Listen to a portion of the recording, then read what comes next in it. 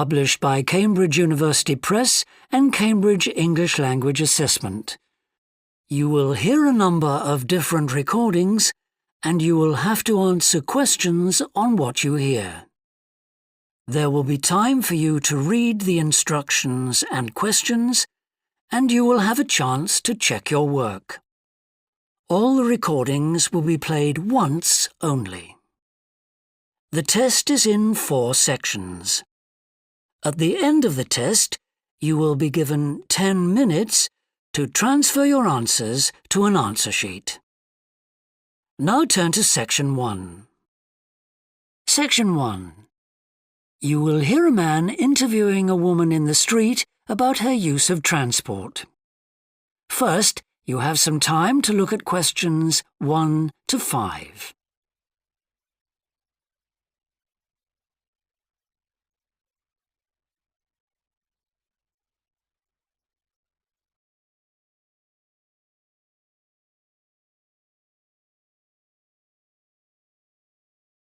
Now we shall begin. You should answer the questions as you listen, because you will not hear the recording a second time. Listen carefully and answer questions 1 to 5. Excuse me? Yes? I wonder if you could spare a few minutes to do a survey on transport. It won't take long. No, that's fine. Oh, lovely. The survey is on behalf of the local council. They'd like to know about what transport you use and any suggestions for improvement. Can I start by asking you how you travelled to town today? Sure, I came on the bus. Great. Now, can I get a few details about yourself? OK. What's your name? It's Louisa. Yes. Hardy. Can you spell that, please? Yes, it's Hardie. Great, thanks. And can I have your address? It's 19 Whitestone Road. Oh, right, I know that area. It's Bradfield, isn't it? That's right. Is the postcode GT7? It's actually GT8 2LC. Great. And could I ask what your job is? Are you a student? I've actually just finished my training. I'm a hairdresser. Oh, right. And one more question in this section. What is the reason for you coming into town today? Actually, it's not for shopping today, which would be my normal reason, but to see the dentist. Right. Thanks. Before you hear the rest of the interview, you have some time to look at questions 6 to 10.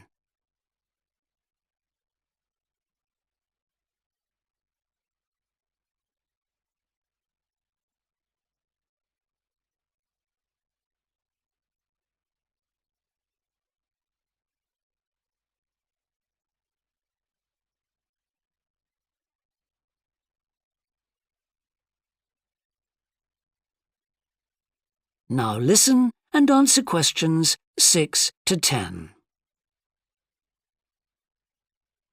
Now, in this last section, I'd like you to give us some ideas about the facilities and arrangements in the city for getting to and from work. Any suggestions you have for improvements? Well, something I've thought about for some time is that when I do walk and I'm doing a later shift, I think the lighting should be better. Yes, good point. And of course, I think it's a real shame they've been cutting down on the number of footpaths. They should have more of those. Then people would walk more. Yes, right. And I don't think there are enough trains. That's why I don't use them. You have to wait so long. Thanks. And finally, I'd like to ask your opinion on cycling. As you may know, there's a drive in the city to get more people to cycle to work. Right. But we realise that there are things which the council, but also employers, might do to help encourage workers to cycle to work. Yeah. Well, I have thought about it, and where I work, there are no safe places to leave your bikes. OK. And also, I'd have to cycle uphill, and on a hot day, I'd arrive at work pretty sweaty, so I think I'd need a shower somewhere at work. Right. And I suppose the last thing is that I wouldn't be all that confident about cycling on such busy roads. I think I'd like to see you offering training for that. You know, I'd feel a lot better about starting if that was the case. Well, that's very helpful.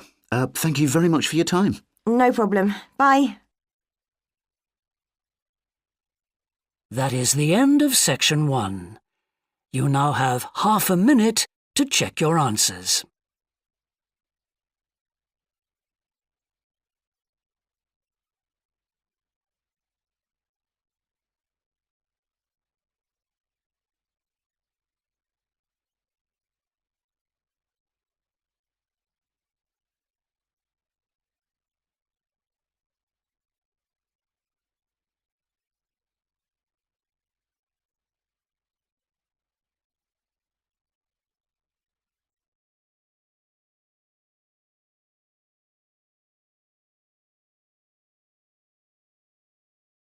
Section 2. You will hear a representative of a city council giving information about 2 new facilities which are opening soon in the city. First, you have some time to look at questions 11 to 14.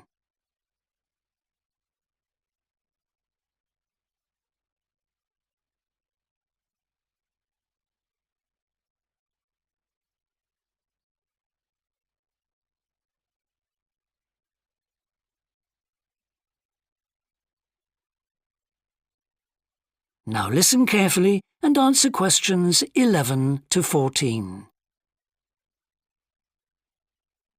Good morning. I'm very pleased to have this opportunity to say a little about 2 exciting new developments in the city: the Brackenside open-air swimming pool and the Children's Adventure Playground in Central Park.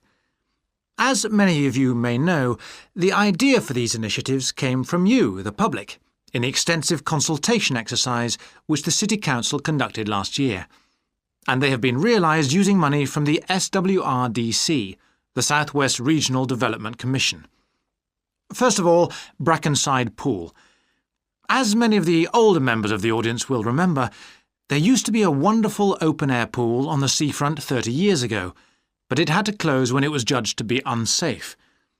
For the design of this new heated pool, we were very happy to secure the talents of internationally renowned architect Ellen Wendon, who has managed to combine a charming 1930s design, which fits in so well with many of the other buildings in the area, with up-to-the-minute features such as a recycling system, the only one of its kind in the world, which enables seawater to be used in the pool. Now, there's been quite a bit of discussion in the local press about whether there would be enough room for the number of visitors we're hoping to attract, but the design is deceptive, and there have been rigorous checks about capacity. Also, just in case you were wondering, we're on schedule for a June the 15th opening date, and well within budget, a testimony to the excellent work of local contractors Hickman's. We hope that as many people as possible will be there on June the 15th. We have engaged award-winning actress Coral White to declare the pool open, and there'll be drinks and snacks available at the poolside. There'll also be a competition for the public to decide on the sculpture we plan to have at the entrance. You will decide which famous historical figure from the city we should have. Before you hear the rest of the talk, you have some time to look at questions 15 to 20.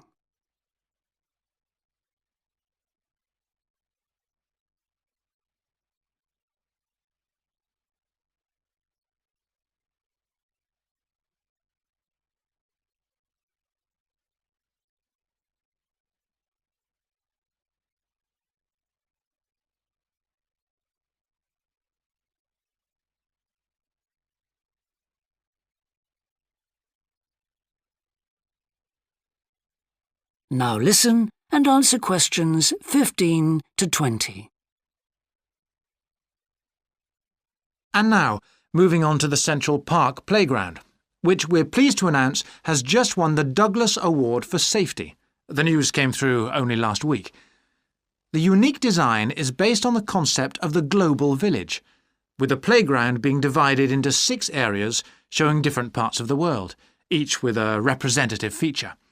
For example, there is a section on Asia, and this is represented by rides and equipment in the shape of snakes, orangutans, tigers and so on, fauna native to the forests of the region. Moving south to the Antarctic, we couldn't run to an ice rink, I'm afraid, but opted instead for climbing blocks in the shape of mountains. I thought they could have had slides for the glaciers, but the designers did want to avoid being too literal.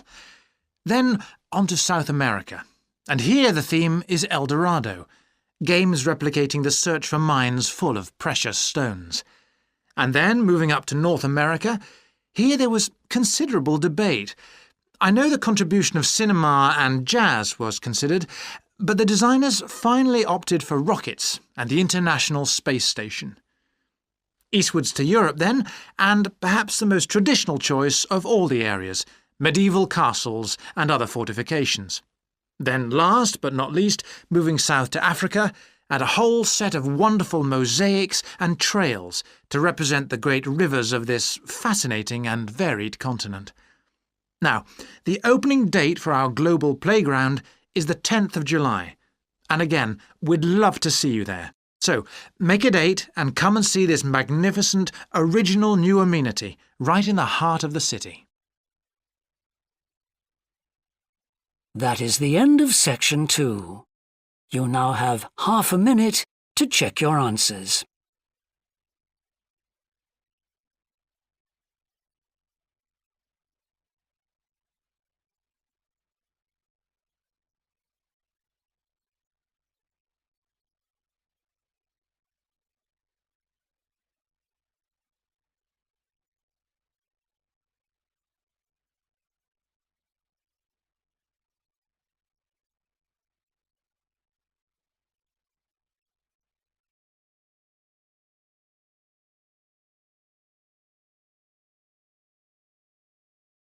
Section 3. You will hear two anthropology students called Victor and Olivia discussing their joint presentation about a Norwegian explorer called Thor Heyerdahl. First, you have some time to look at questions 21 to 24.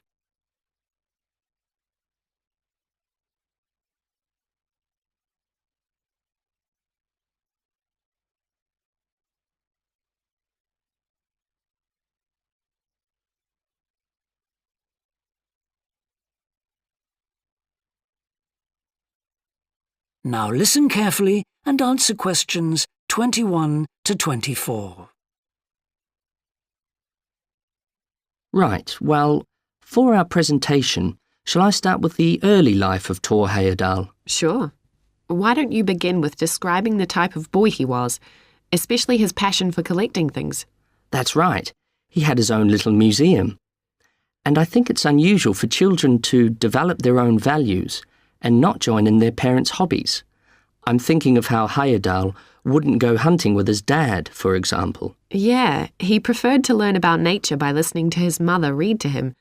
And quite early on, he knew he wanted to become an explorer when he grew up. That came from his camping trips he went on in Norway, I think.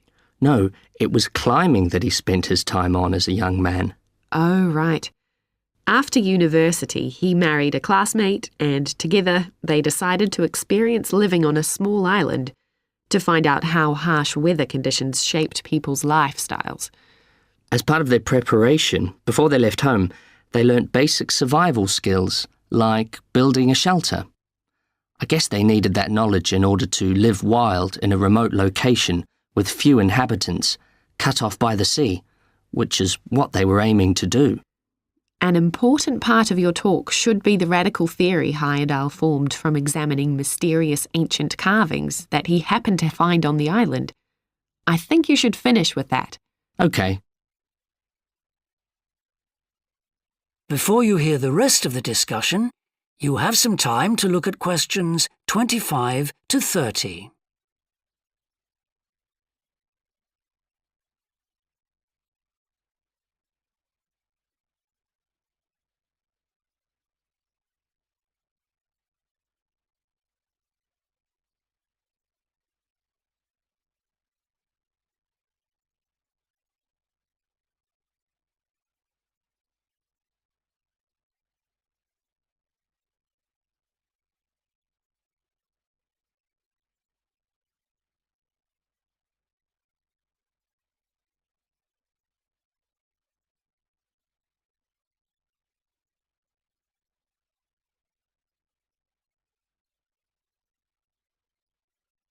Now listen and answer questions 25 to 30.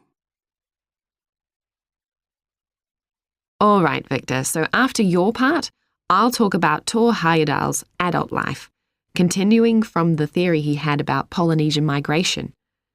Up until that time, of course, academics had believed that humans first migrated to the islands in Polynesia from Asia in the west. Yes, they thought that travel from the east was impossible because of the huge empty stretch of ocean that lies between the islands and the nearest inhabited land. Yes, but Heyerdahl spent ages studying the cloud movements, ocean currents, and wind patterns to find if it was actually possible. And another argument was that there was no tradition of large shipbuilding in the communities lying to the east of Polynesia. But Heyerdahl knew they made lots of coastal voyages in locally built canoes. Yes, or sailing on rafts, as was shown by the long voyage that Heyerdahl did next. It was an incredibly risky journey to undertake. Sometimes I wonder if he did that trip for private reasons, to show others that he could have spectacular adventures. What do you think, Olivia? Well, I think it was more a matter of simply trying out his idea, to see if migration from the east was possible. Yes, that's probably it. And the poor guy suffered a bit at that time because the war forced him to stop his work for some years. Yes. When he got started again and planned his epic voyage, do you think it was important to him that he achieve it before anyone else did? I haven't read anywhere that that was his motivation. The most important factor seems to have been that he used only ancient techniques and local materials to build his raft. Yes. I wonder how fast it went. Well, it took them 97 days from South America to the Pacific Islands. And after that, Heyerdahl went to Easter Island, didn't he? We should mention the purpose of that trip. I think he sailed there in a boat made out of reeds.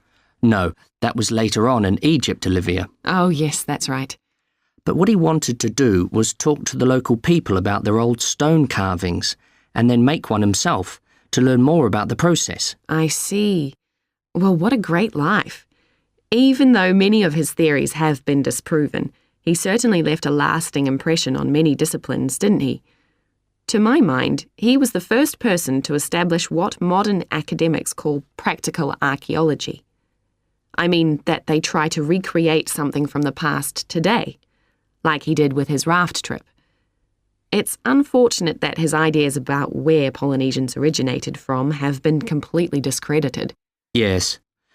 Right, well, I'll prepare a PowerPoint slide at the end that acknowledges our sources. I mainly used The Life and Work of Thor Heyerdahl by William Oliver. I thought the research methods he used were very sound, although I must say I found the overall tone somewhat old-fashioned. I think they need to do a new, revised edition. Yeah, I agree. What about the subject matter? I found it really challenging. Well, it's a complex issue. I thought the book had lots of good points. What did you think of the illustration? That is the end of section 3. You now have half a minute to check your answers.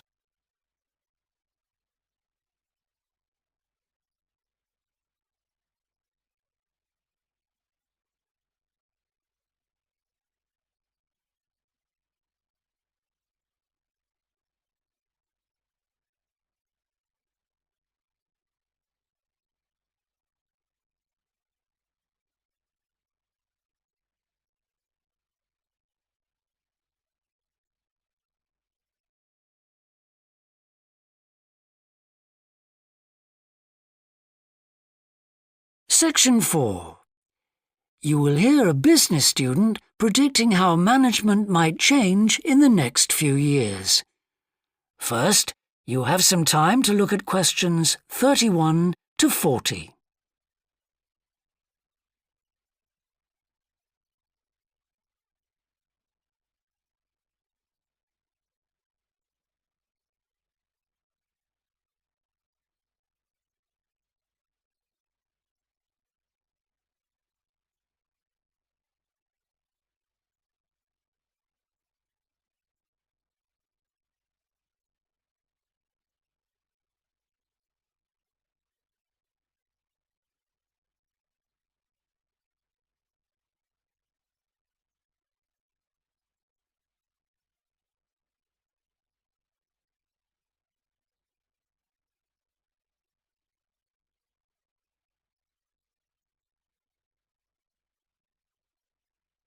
Now listen carefully and answer questions 31 to 40. Well, I've been talking to managers in a number of businesses and reading surveys about the future of management. And what I'm going to present in this seminar is a few ideas about how the activity is likely to change in the next 10 years. It isn't a scientific statistical analysis, just some ideas for us to discuss. One area I want to mention is business markets, and I'm sure a really significant development will be a major increase in competition, with companies from all around the world trying to sell similar products. Consumers will have much more choice. For instance, food products sold in Australia might be manufactured in the USA, China, Finland, and dozens of other countries. At the same time, mergers and takeovers mean that governments are actually losing power to major global corporations. We can probably all think of companies that exert a great deal of influence, which may be good for consumers. A third point I want to make about markets is that in the rapidly expanding economies, such as India, China, Brazil, and Russia, demand is growing very fast. This is putting pressure on resources all over the world. I think businesses are becoming more open to external influences. In particular, companies are consulting customers more and more before making their business decisions. Companies are finding out what they want and providing it, instead of making products and then trying to sell them, which is the model of years ago. Another influence is that concerns about the environment will force manufacturers to extend product life cycles to reduce the amount of pollution and waste. And, in some cases, regulation will need to be strengthened. Many societies are much more fluid and democratic, and the structure of companies is changing to reflect that. I think we're going to see a greater emphasis within companies on teams created with a specific project in mind. And when they're completed, the teams will be disbanded and new ones formed. More and more people see work as simply one part of their lifestyle, and not the most important one. And as the workforce is shrinking in some countries, businesses are having to compete for staff instead of being able to choose among a lot of applicants. Typical examples that will attract and retain staff are traditional ones like flexible hours and, something that has been made possible by advances in technology, remote working, with people based at their home, abroad, or almost anywhere they choose.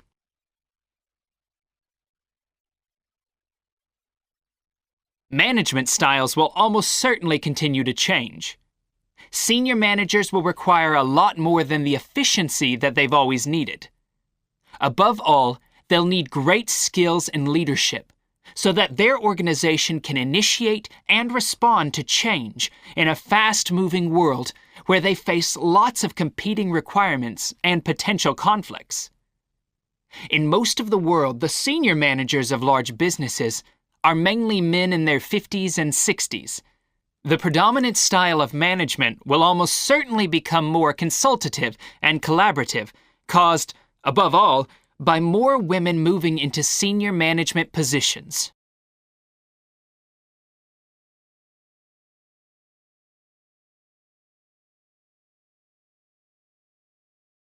Many of the changes are influenced by developments in the wider economy. The traditional emphasis of business was manufacturing, and of course the service sector is very important. But we shouldn't overlook the growing financial contribution of IP, that is, intellectual property. Some books and films generate enormous sums from the sale of related DVDs, music, games, clothes, and so on.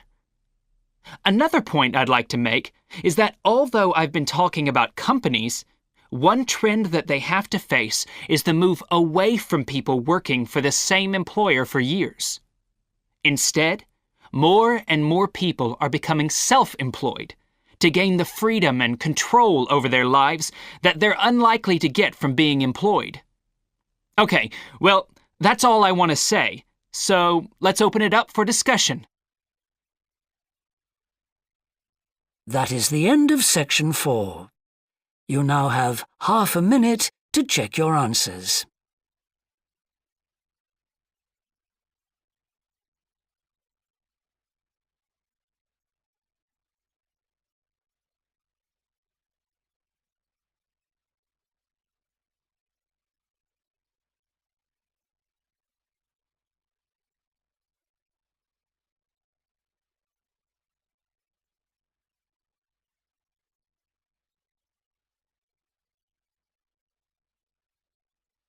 That is the end of the listening test. In the Ielts test, you would now have 10 minutes to transfer your answers to the answer sheet.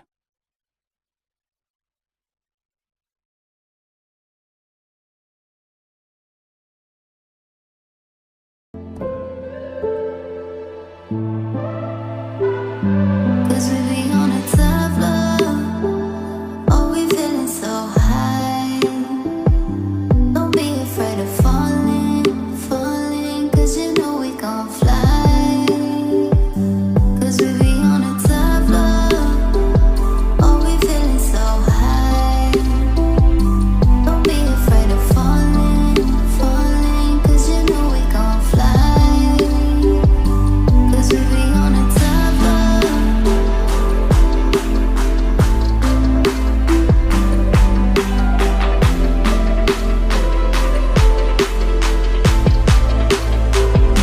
Cause we be on a tough love.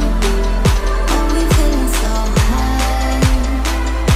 Don't be afraid of falling, cause you know we gon' fly. Cause we be on a tough love.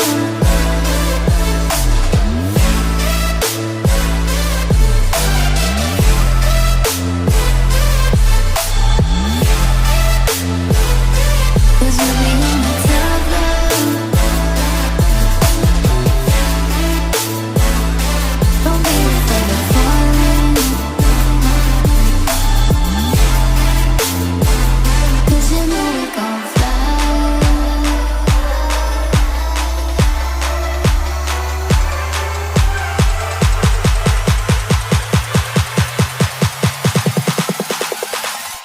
Cause we be on a tough